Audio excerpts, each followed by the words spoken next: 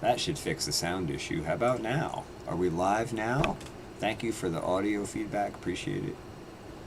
We good? Can you hear me and see me?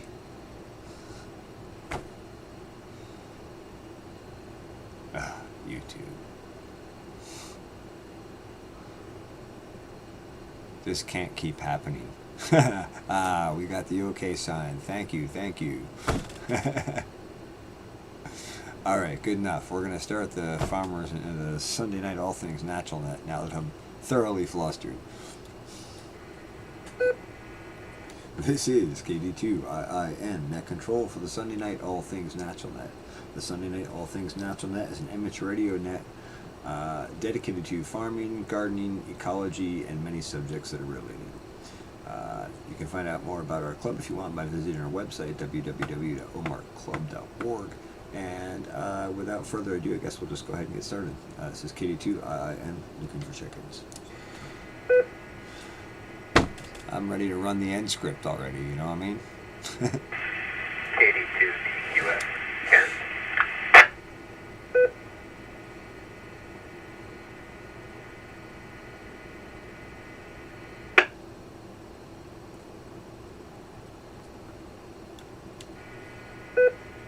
The net recognizes KD2TQS, Ken. Are there any further check-ins at this time?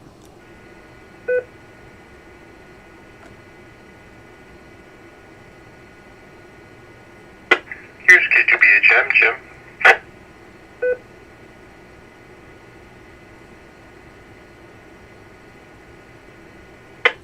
Gonna be a quiet one tonight, I think. Alright, very good. The net recognizes and welcomes KD2TQS and K2BHM. Let's start at the top of the list. KD2TQS, how are you tonight? Now, that started fabulous as always. Back porch, shy, sounds of the crickets, tree frogs, and life is good. Back to them. I don't know if it'll be anything good to watch, only 2 check-ins. But thanks, YT. Alright, very good. Sounds like a nice evening on the porch. Fantastic. And let's roll on down to Jim. K2BHM, how was that takeout?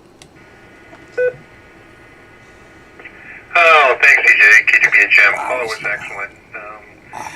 I had the filet of sole Medine, and my wife had the filet of sole with the marinara sauce. Both were excellent. Very good, very good. Sounds nice. So, let's see. I guess we'll see if there's any further check-ins, and then we'll roll on back up to Ken and see if he has any topics he wants to discuss or things to talk about. So, let's just pause for check-ins here for a second. This is KD2IIN looking for any further check-ins for the Sunday Night All Things Natural Net.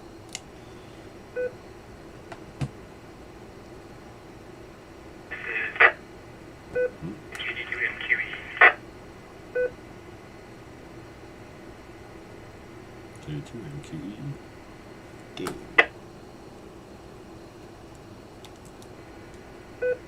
Alright, the net recognizes KD2MQE, David, and I'll give one more opportunity and then we'll carry on.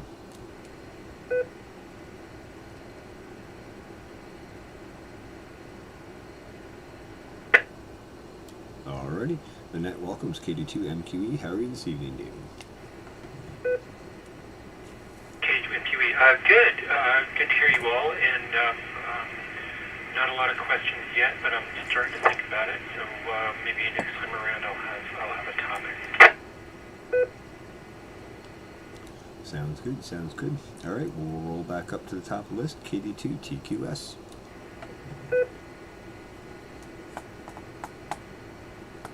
KD2TQS. Advising caution on your offering if there's any topics to talk about. I can talk about anything at any time at great length. However, to be cogent and concise, planning is always helpful. Drop. We'll pass on a neat observation this morning. I was sitting here, same place, getting ready for the morning net.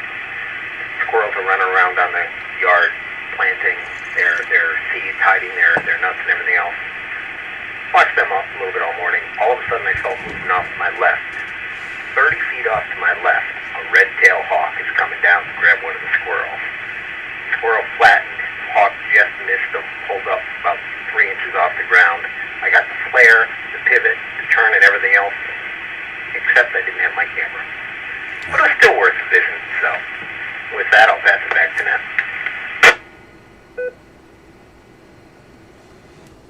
Very awesome scene to see, and especially with the miss.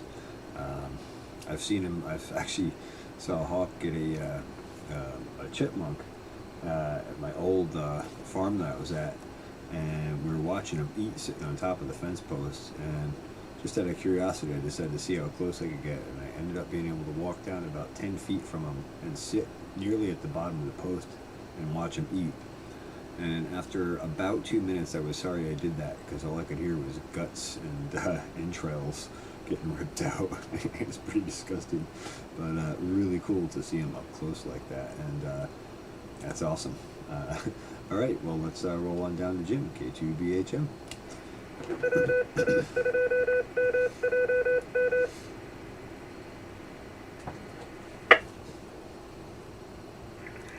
Thanks, CJ. K2BHM here. Well, closest I can come to that is back a couple years ago, back in February. It was a cold, rainy afternoon, and I was looking out the window over the lake, and there was a bald eagle up in the branches of one of the trees overlooking the lake.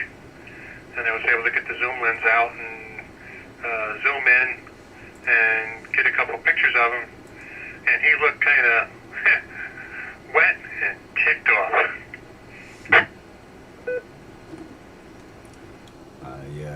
A wet eagle definitely has a fierce look to him. Yeah, interestingly enough, I've gotten to spend a lot of time watching eagles down by the Hudson River here. I actually got to watch the DEC rangers tag eaglets. They climb up in the nest and tag them. And I've seen many eagles getting fish out of the water, snapping limbs off of trees to build their nest with. Really a cool creature to watch up close. Wow, what a powerful animal. All right, let's roll on down to David, KD2MQE. KD2MQE. Well, there's a topic. I think yesterday what we saw was an eagle in the parking lot at the Lowe's in Highland, and I'm sorry. it was hard to see because it was right in line with the sun, so it was in our eyes, and there was a white tail, I think, but it might have been the sun coming through the tail. So yeah, and then there's a couple of standard spots where we would look for them. There's one on the south side of the show camp, and I haven't seen any activity up near this year. The signs are still up because it's they still keep that area protected, but we haven't seen eagles up there. And then there's another one near that sturgeon pond in Rifton, and we haven't seen any there either. So maybe now they all go to Lowe's instead. But yeah, they're cool to watch. Back to you.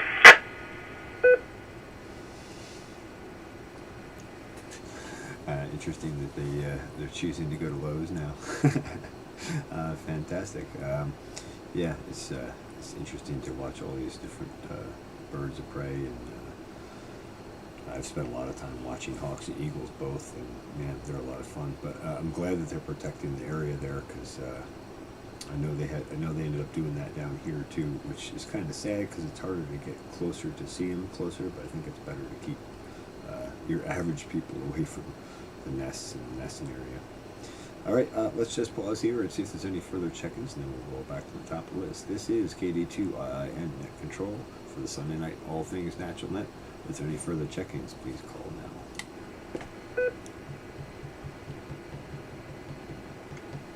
Buried 3 years ago. All right, no further check-ins recognized at this time. And Ken, we'll take you up on that. KD2TQS, talk away. Best eagle story I can relay is I was driving to work early one morning through the Pepacton Reservoir and driving along on the far end of it, on the Margaretaville side, already crossed the bridge in the middle, driving along. And I'm driving along, and I sense something off to my right, and there's nothing there because you're right on the edge of the reservoir. And the reservoir is like 50, 60 feet below you. But I sense something and sense some movement. And I look off to my right, and there's a bald eagle flying on my level, pacing me in the car for about half a mile. So I was just able to keep looking and keep eye contact. He's up, 50, 60 feet above the water, but he's just basically right at my eye level in the car. And that was one of the best ones I've had. Seen them many times, but that was way cool just to have him pace me for half a mile. So, that's enough. That's an awesome experience. I can't say I've ever had a bald eagle pace me, but one of these days maybe I'll tell sort of a longer story. But maybe one of these days I'll tell my story about how I acquired a pet pigeon, or she acquired me. That was really interesting. But thanks for sharing that, Ken. That's an awesome experience. All right, let's roll on down to Jim, K2 BHM. Yeah, okay, thanks, CJ. Can't top that, but I do have a funny one. When we moved here, 20 years ago, we moved from about 3 miles away, and we had 2 cats. And the old place was down in the woods, and the cats were indoor-outdoor cats, and so they would roam around. And we heard that when you move with cats, you have to keep them in for a couple of weeks, so they will migrate back to the old place. Yep. So we kept them in for a good 3 weeks. So they're looking out the window at the outside for 3 weeks, seeing ducks and geese and swans and all that. So when we finally decided that we could let them out, they wouldn't go. We figured they'd been looking out the window for 3 weeks saying, holy crap, the birds are bigger than us. That's funny. I'm trying to think. I moved with my cats a couple of times, and I didn't give them a 3-week-long introduction period, but I usually would keep them inside for the first day or two, just kind of to get them to, this is new home. But they seem to adapt to that pretty quickly. But yeah, I would imagine going from the one environment to the other was kind of traumatizing, to look around and all the prey is bigger than you. All right, let's roll on down to David, KD2 MQE.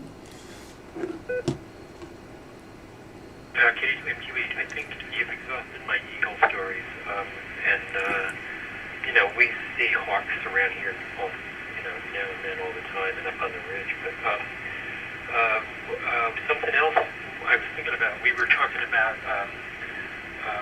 line levels about 2 or 3 weeks ago, and so I had gotten myself into doing that, trying to line something up, and did a bunch of construction around my measurements, and it's off by about 6 or 8 inches, off by about a third of what we thought it was going to be, and so definitely need more practice with that, but you guys maybe spend more time with this, and or maybe some more YouTube videos to get it right next time. So that's also going on with me. Back over to CJ.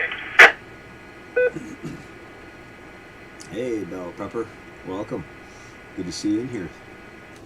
All right, very good. The line levels, I find the big thing is you use that mason line because it's super strong, and part of the reason for that is so you can pull it super tight.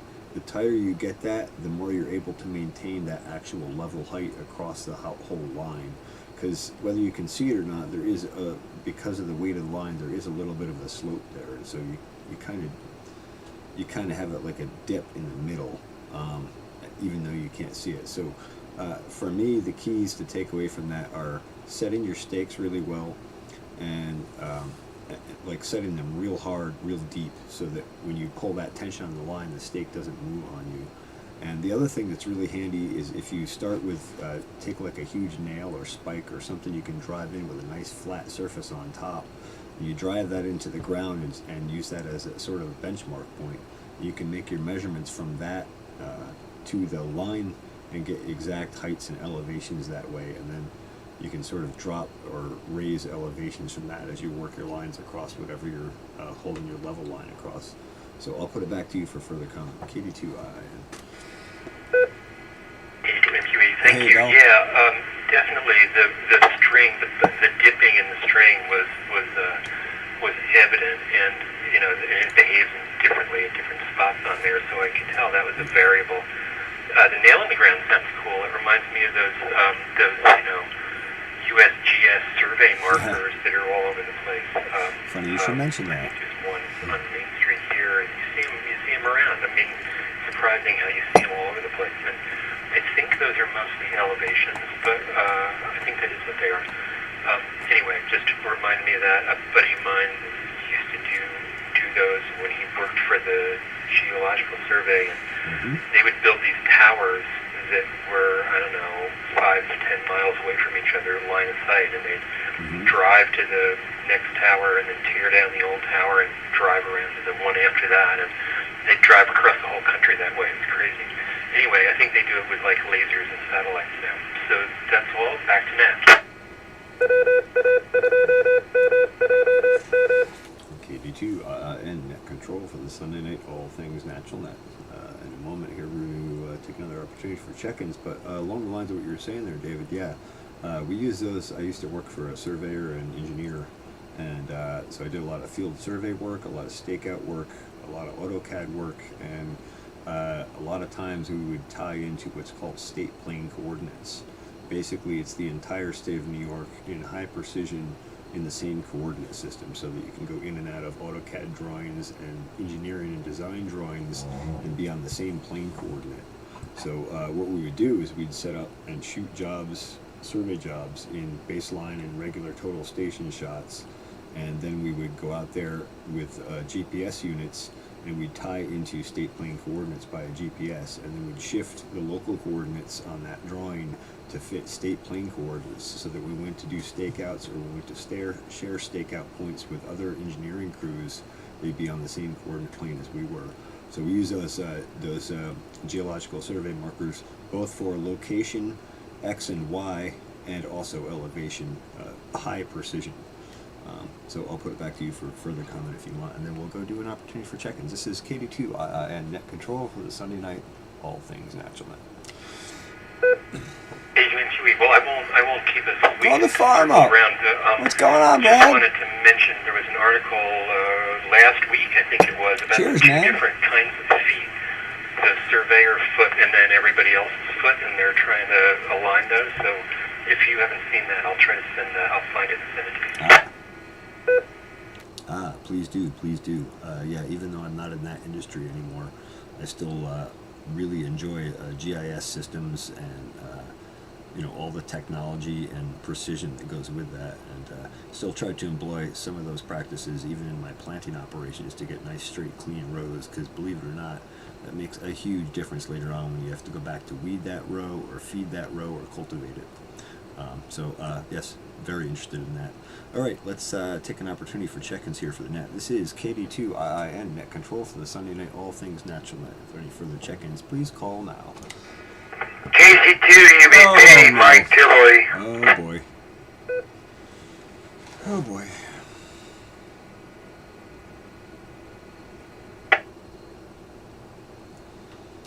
All right, then it recognizes KC2 UVP. Mike, how are you tonight, Mike? Just Ducky, I just took. Excuse me. Damn. Don't anybody tell you cigarettes aren't good for you. But, geo markers, I know where there's about 15 of them. And I watched the guy set up a GPS system over this one marker right here at the bottom of the hill in Tivoli. But there was one marker that still sticks out in my mind. I know where it is. And it was a rather large arrow. It's not a monument, but it was an arrow. It was directionally positioned in the ground. Can you help me with that name? And I'm totally into geomarkers because I find them everywhere. I find them everywhere. I love them. Oh, YT, there's times I spit my coffee, trust me. I don't know, Mike. I'd have to get a better description of it or get a look at it. There's lots of different kinds of markers, but usually they're either geological survey markers or sometimes they'll be town or town line type survey markers. They do spray some lines on the roads. A lot of times they'll use those to coordinate alignment with town, mapping systems, like for I'm trying to think, Parcel Explorer type thing. Or like, I don't know if you people know or not, but you can go to Dutchess County has a great Parcel Explorer, and you can actually go look at all the different properties on the county, and there's all different layers you can turn on. You can look at property and owner information, parcel size, all sorts of information. So I don't know specifically which one it is, but glad to hear that you're interested in that as well. All right, let's just see if I missed anybody, and then we'll start back at the top of the list. This is KD2IIN Net Control for the Sunday Night All Things Natural Net. Looking for any further check-ins.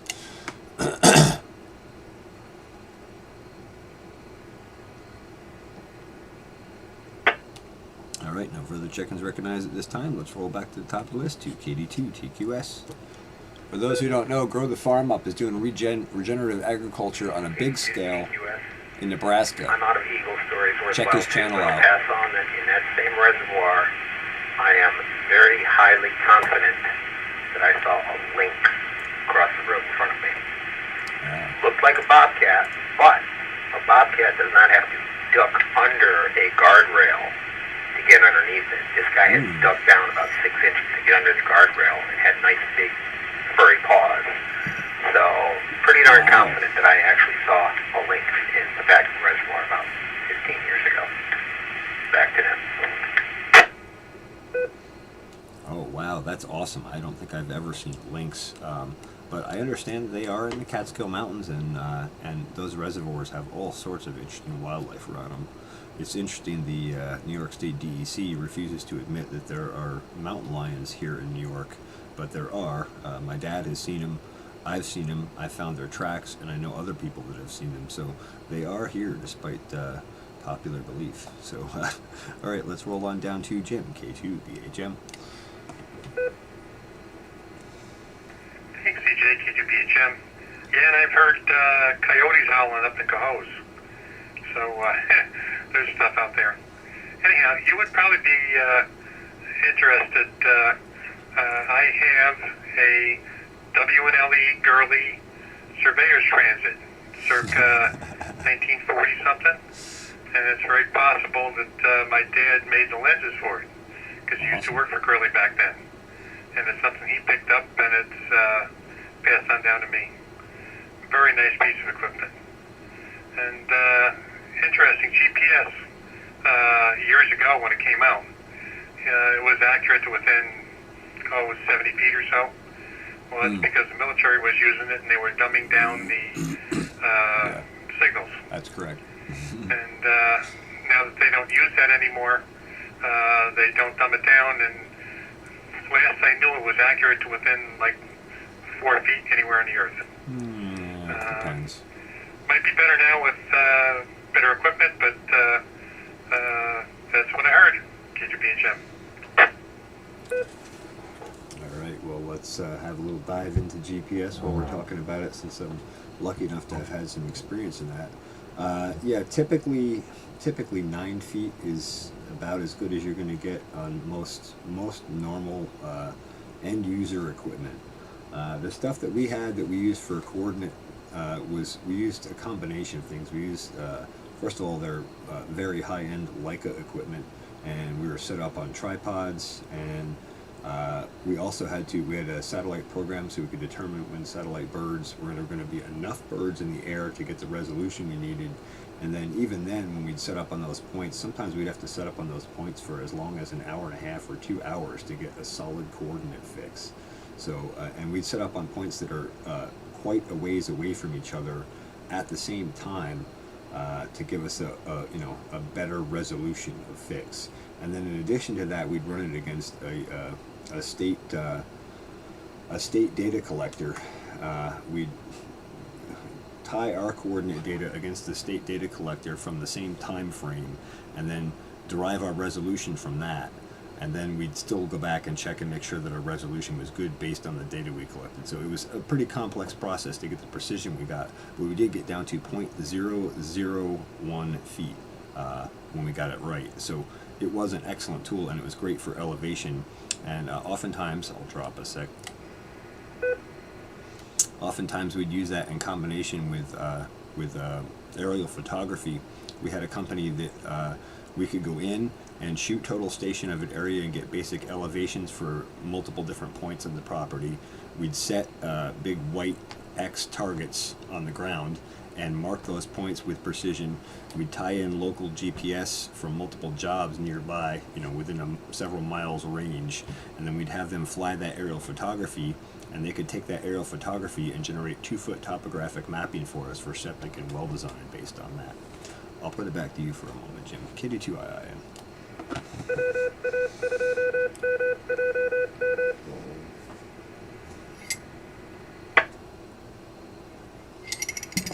Yeah, that definitely has come a long way. Technology has really progressed. The information I got was from maritime ship navigation back about 15 years ago or so. They could tell where the ship was within 4 feet, and for them, that was more than close enough. You got a 1,000-foot long ship or something like that. If you're within 4 feet, you're close enough. For sure. I should also mention that GPS, that plus or minus 9 feet is XY. Elevation-wise, the GPS is less precise, and that's part of why we had to spend the amount of time we did collecting at the same point to get good elevation information. All right, let's roll on through the rotation, and then we'll do a pause after at the end of the list here for another opportunity for check-ins, and then we'll carry on. Next on the list is KD2MQE, David. Three things. Yeah, we're not talking about anything natural. Well, I guess we kind of are. But you're totally Misha-chan, hello. making a case for wanting Yes, I to am. do that job. That sounds so much fun. Like, the coordination and the accuracy. And Jim does stuff like that with like rotating parts. So I'm, maybe if I have another career, I'll like look up the surveyor stuff. There's so the other not natural thing is there's another article that reminds me to send on the there's a big schism between the people who use nuclear time calibration versus astronomical time calibration. So they line them up every like, I don't know, 10 years, or depends, like 15 years. They add a second to the actual official time to make them sync up again, but rather than trying to settle the argument. But there's a cool article about that too, so I'll send you both of those. Okay, back to you. Oh, interesting. I wasn't aware of the difference between the astronomical and the nuclear time. All right. Well, thanks for bringing that up, David. And yeah, I apologize. Not all of the natural nets are necessarily naturally related. That's what happens on amateur radio. We start a conversation. Next thing you know, we're talking about something totally different. All right. Let's roll on down to KC2 UVP. Mike. Yeah, comment on time. Time is a fascinating subject which we're all subject to. Oh, well, thanks so much, Brad. I appreciate it. My personal belief is nothing exists. Hello, Misha-chan. There's Welcome. an observation of something that moves through time, and astronomical time is that observation from a living source. The atomic time also needs to be observed by the same living creature. Oh, yeah, you're going to love having time bees. does not exist unless there's an observer. And the atomical time has to be observed within the lifetime of the observer, and astronomical time is eternal. And I hope everybody's reading their good book. And back to Matt. All right, very good. Well, thank you for your insight on time, Mike. And yeah, I guess it really does come back to the observer. If there's no one to observe it, does time exist? I don't know. Is that like the question about trees falling in the woods and making a sound? With that, let's see if there's anybody else who wants to check into that. This is KD2 and Net Control for the Sunday night All Things Natural Net. Looking for any further check-ins, please call now. Hey, Jim. Good to see you.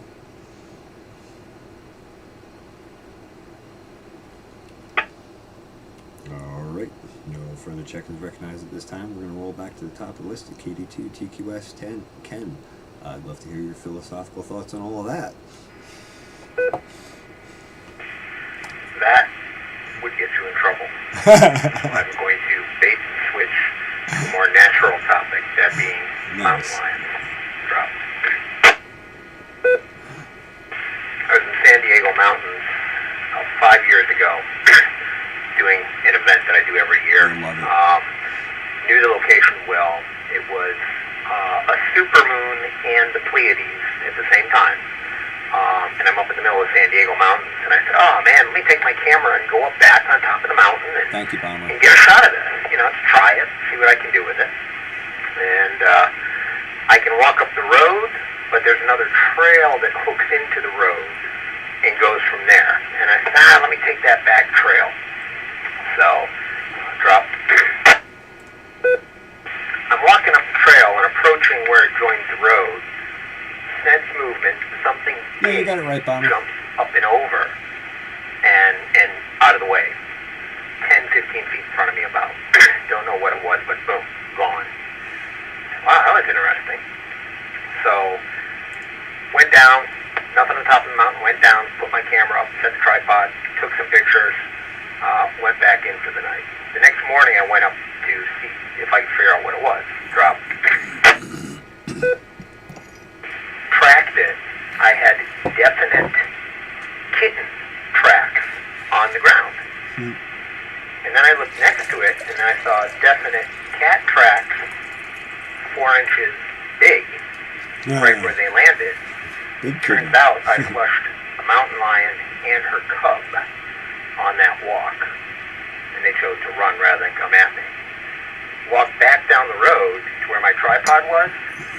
You can see the 3 points of the tripod. Right in the middle of it was a pile of scat, which I confirmed to be mountain lion the next day. That's my best mountain lion story, and that's all the time I got, so it's the best I can pull the two of them together. Back to them. Oh, that was an awesome story, Ken. Thanks for sharing that. And that's funny, you set up upper control point scat. All right, let's roll on down to Jim, K2 BHM. Okay, KGBHM. Got another cute story on surveying. Back, late 80s, early 90s, I worked for the federal government, wanted with Arsenal. And one of the guys that I worked with, shared an office with, was a retired professor from RPI, the college up in Troy. And he was saying that years ago, RPI put up a new building, the computer center. And as an exercise for the surveying students, they would give them the plans and let them go out and survey the building and verify the accuracy of all of the measurements. And if they came back and said that everything checks out, it looks good, you flunked. If you came back and said the building is 4 foot off center, you got an A. Yep. Because the building was 4 foot off location. And we might have covered this topic earlier, but It's a another good exercise. interesting story about that building is when they put it up, they put no sidewalks in. They came back a year later and wherever the paths were worn, that's why they put the sidewalks. That's interesting. That's a great surveying story and a great way to test your guys to see, you know, whether they trust their own data and whether they're bringing that data back to you and saying, no, this is what we're actually showing in the field. That's very interesting. All right, let's roll on down to David, KD2 MQE. Okay, to MQE, I don't know. No, I don't have anything further.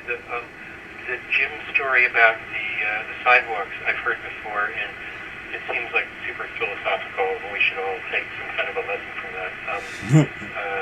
But otherwise, nothing further here. Back to now. All right, very good. And then we'll roll on down to Mike, KC2 UVP.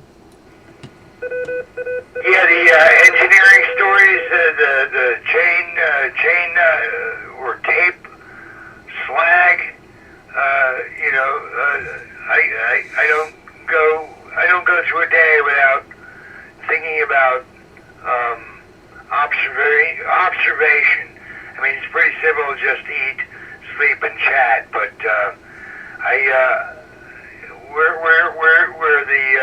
we're the epitome of awareness. But and the other funny part of this is the greatest thing I've ever seen is applying to college and doing an internship and doing the professor's work for them. And that's a classic example of working for free. And there's a couple comedy movies out there in the sci-fi realm that explain that. Anyways, thank you everybody. Mike, KC2 UVP 73, until needed further 73. All right, thanks, Mike. And I always thought that was referred to as working for the man. Anyway, we'll take an opportunity for check-ins here, and then we'll roll back through the list. This is KD2IIN Net Control for the Sunday Night All Things Natural Net. If you have any further check-ins, please call now.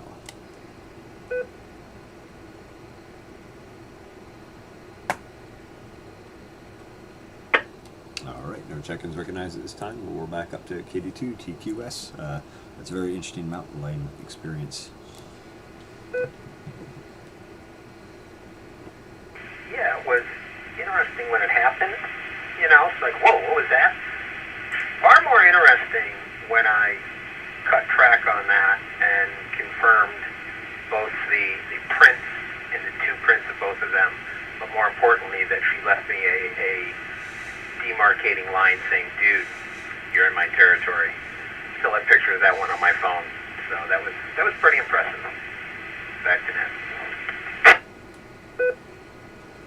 Yeah, that's awesome. I've always enjoyed cats. I've only seen a mountain lion once, and it was very brief. I'd love to see more of them. Not too close, of course, but I do enjoy seeing them around. But it also keeps me alert when I'm out here at night in the back working. Just try to be aware around me. I've never had one be aggressive toward me, but I'd rather not be fighting one off. I know there was a guy in the news back here not too long ago that was attacked by one and fought it off and choked it out and won. It's like, wow, that's quite the experience. All right, let's roll on down to Jim, K2 BHM. Yeah, okay. I think we pretty much exhausted my surveying and animal stories. Not much more to add here. K2BHM. All right, no worries. We'll roll on down to David, KD2 MQE. KD2 so what, question for you, CJ. As I recall, a lot of your customers were restaurants, and I don't know how they were all making out. I mean, a lot of them might be gone, and so I'm just curious how business is going, and if you're not able to move things through, do you do like preservatives, or do you, I'm not chemical, but I mean, do you do any canning or anything like that, like to shift things? Wow, Nebraska. Wow. Just generally, how's it going? Restaurant sales are non-existent pretty much this year. So I don't have a market this year, but I did kind of pull back a little bit this spring when I saw all this craziness going on, and restaurants, being closed and reducing business. So I'm not heavily invested in it, but I'm also not making any money out of it either. So it is what it is. But I'm trying to shift more towards streaming YouTube and educational related stuff, and adjust to this weird new world we're in. But thank you for asking, David. So I will roll on down to Mike, KC2 UVP. On the big cat comment, I live here where I'm on the They probably very do migrate northern through tip of Dutchess County, Columbia County, where there's a difference between a rifle and 22, and I've seen some big silhouette cat running right through the middle of town, and it's not a regular cat. And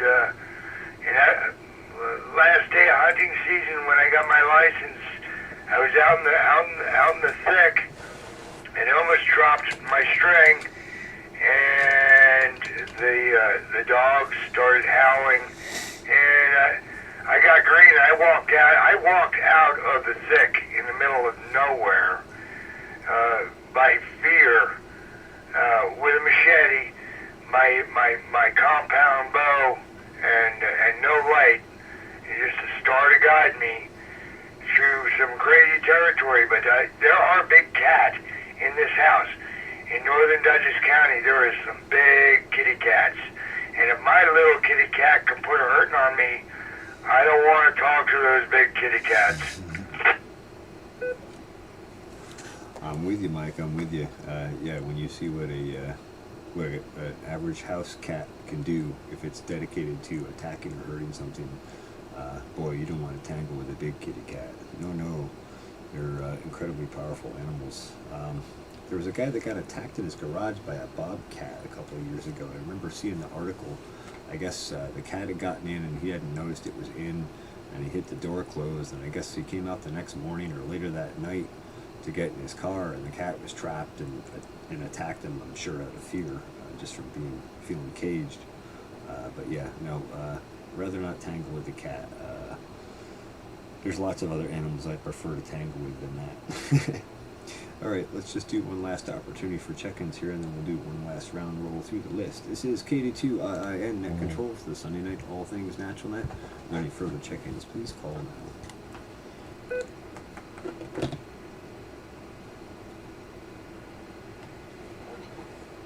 All right, no further check-ins recognized at this time. We'll roll back to the top list. KD2 TQS. KD2 TQS. Enough for the night. Nothing further. Back to net. All right, very good. Well, thanks for sharing your stories with us, Ken, and supporting the net. I always appreciate it. And on down to K2 BHM. Thanks, CJ. One observation. We used to have two cats. One was 5 pounds, and the other was about 7 pounds.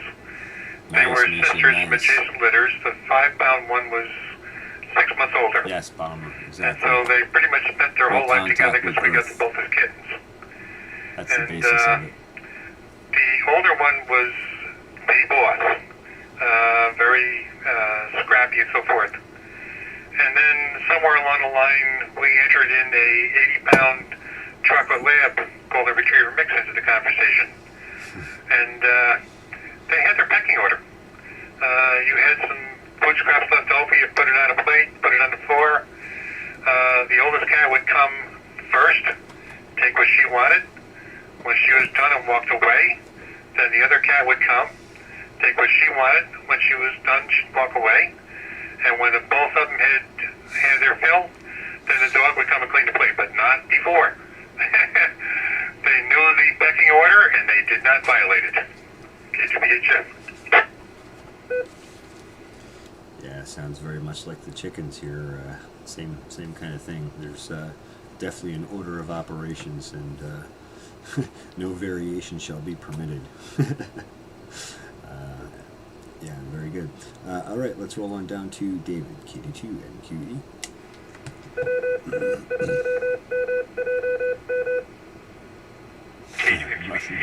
Thanks. Nothing further from me. Have a good night, you guys. Stay well. We'll talk soon. All right, sounds good, David. Thanks for participating. Have a great evening. And then last on the list, Mike, KC2, UVP. Yeah, as far as the pecking order, I've seen that all my life. I've got 6 brothers, and That'll do and you guys as radio leaguers, boy, girl, there's a pecking order, and I hope to embrace a good command of Nice, my position in this pecking order, and I've seen it all my life. And you know, I've lost a lot of people, and I've gained a lot of people, but one thing that always sticks out in right in front of my head, where my third eye should be, is where do you belong? And I don't go where I don't belong. Oh, we can talk Thank you, about that. everybody. This is KC2 Let me just UVP close this Final net. 73s, everybody. All right, very good. Well, thanks for sharing with us, Mike, and glad you came along to the net. All right, this concludes this session of the OMARC Sunday Night All Things Natural Net. The Sunday Night All Things Natural Net is sponsored by the Overlook Mountain Amateur Radio Club, located in beautiful Ulster County, New York. You can visit our website by visiting www.omarcclub.org. That's whiskey Mike Alpha Romeo Charlie Lima Uniform Bravo .Oscar Romeo Golf.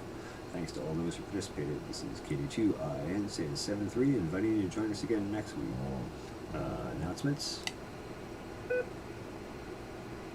All right, every day at 8:35 a.m. and 6:30 p.m. the OMARC Daily Net is on. It's run by a group of rotating check-ins, and lots of people check in and talk about their day and share experiences and share local news and all that sort of stuff. So I encourage you to check that out.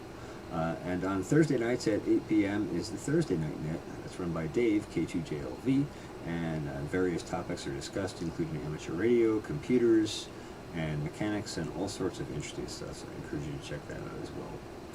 This has been a session of the Overlook Mountain Amateur Radio Club's Sunday Night All Things Natural Net. Thanks to all those who participated. This is KD2IN, returning this frequency to regular amateur use, saying 7-3, and I will be clear. Thank you, everyone.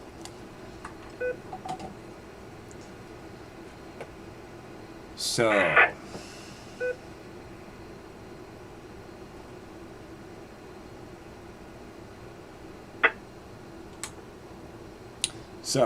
grounding. Brad, you were asking about grounding. Yeah, basically just make contact with the ground.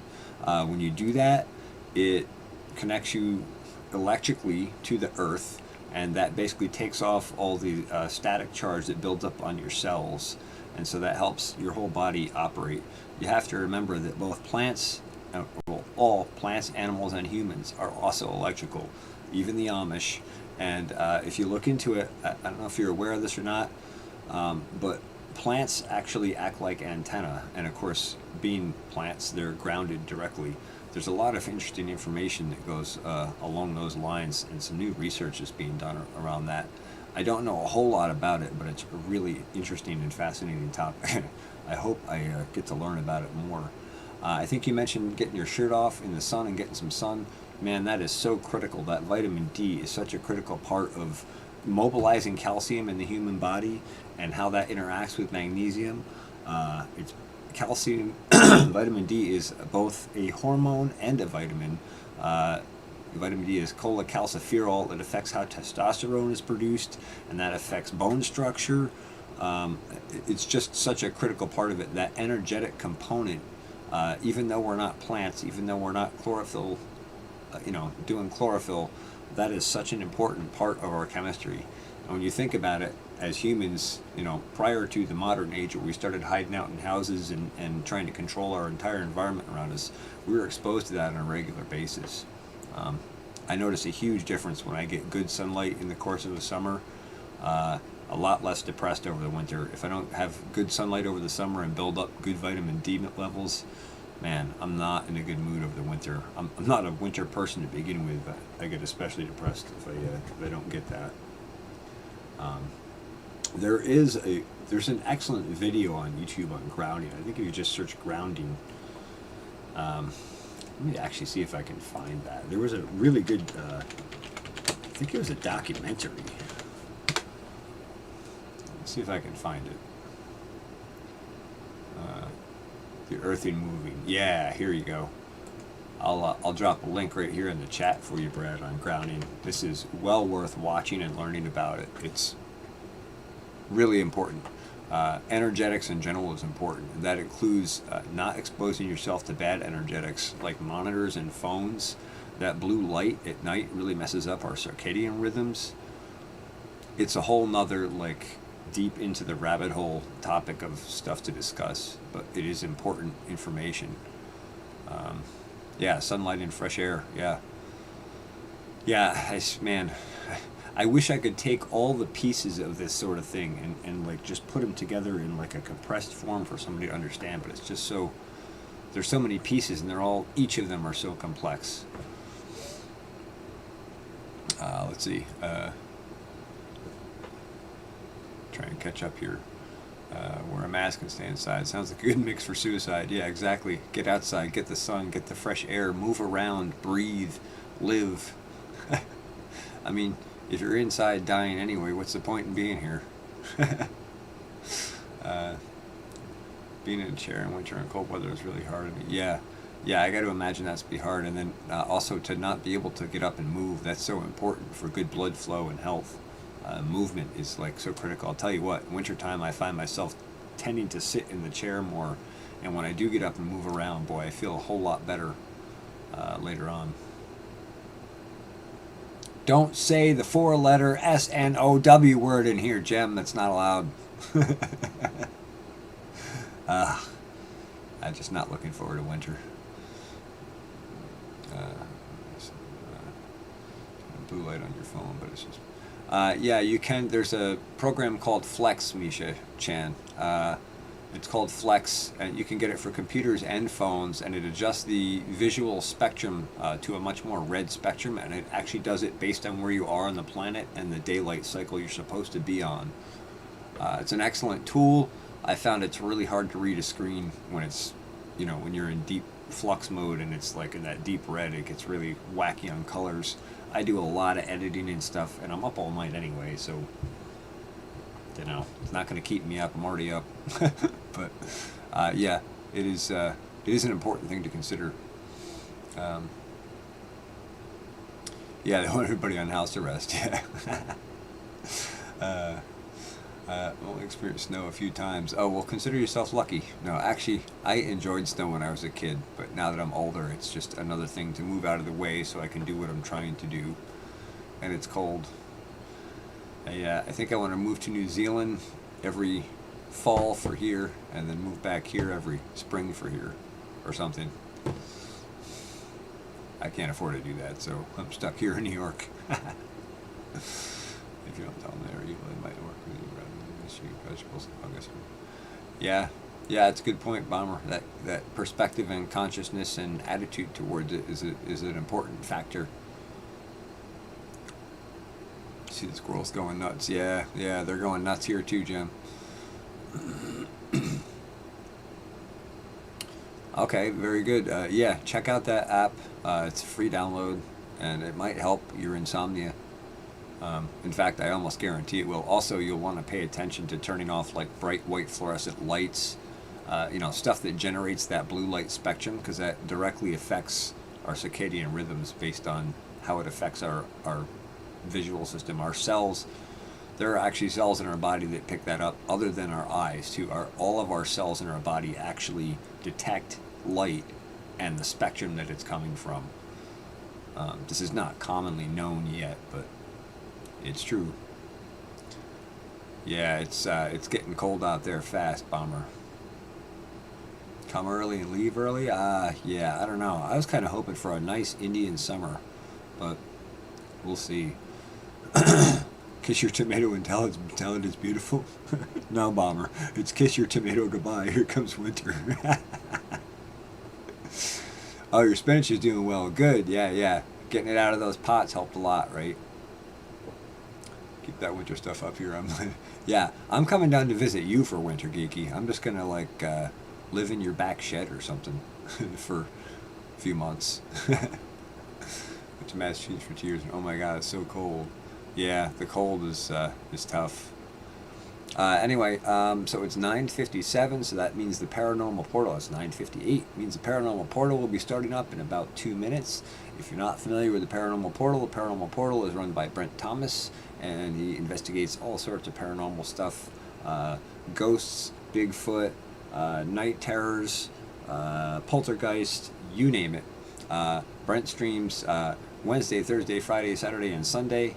Friday and Saturday he's also on Truth Frequency Radio, so you should check his channel out. I'm hoping my good friend Geeky will drop a link in there for you on that. And also don't forget, I have a new show on Truth Frequency Radio and also streamed here on YouTube Tuesday nights, 9 p.m. Pacific, 12 a.m. Wednesday Eastern Time. So that's all that. Thanks everybody for watching, joining, participating. I greatly appreciate it. Brad, I'm so glad you showed up. If you guys haven't checked out Geeky Gardens or Grow the Farm Up channels, go check those channels out. They're awesome channels. Brad's doing some really awesome large-scale regenerative agriculture stuff. Man really knows what he's doing. He's working with cover crops and rotation, and he's a corn breeder, and he's a really intelligent man. So please go check his channel out, support it, like it, and subscribe it.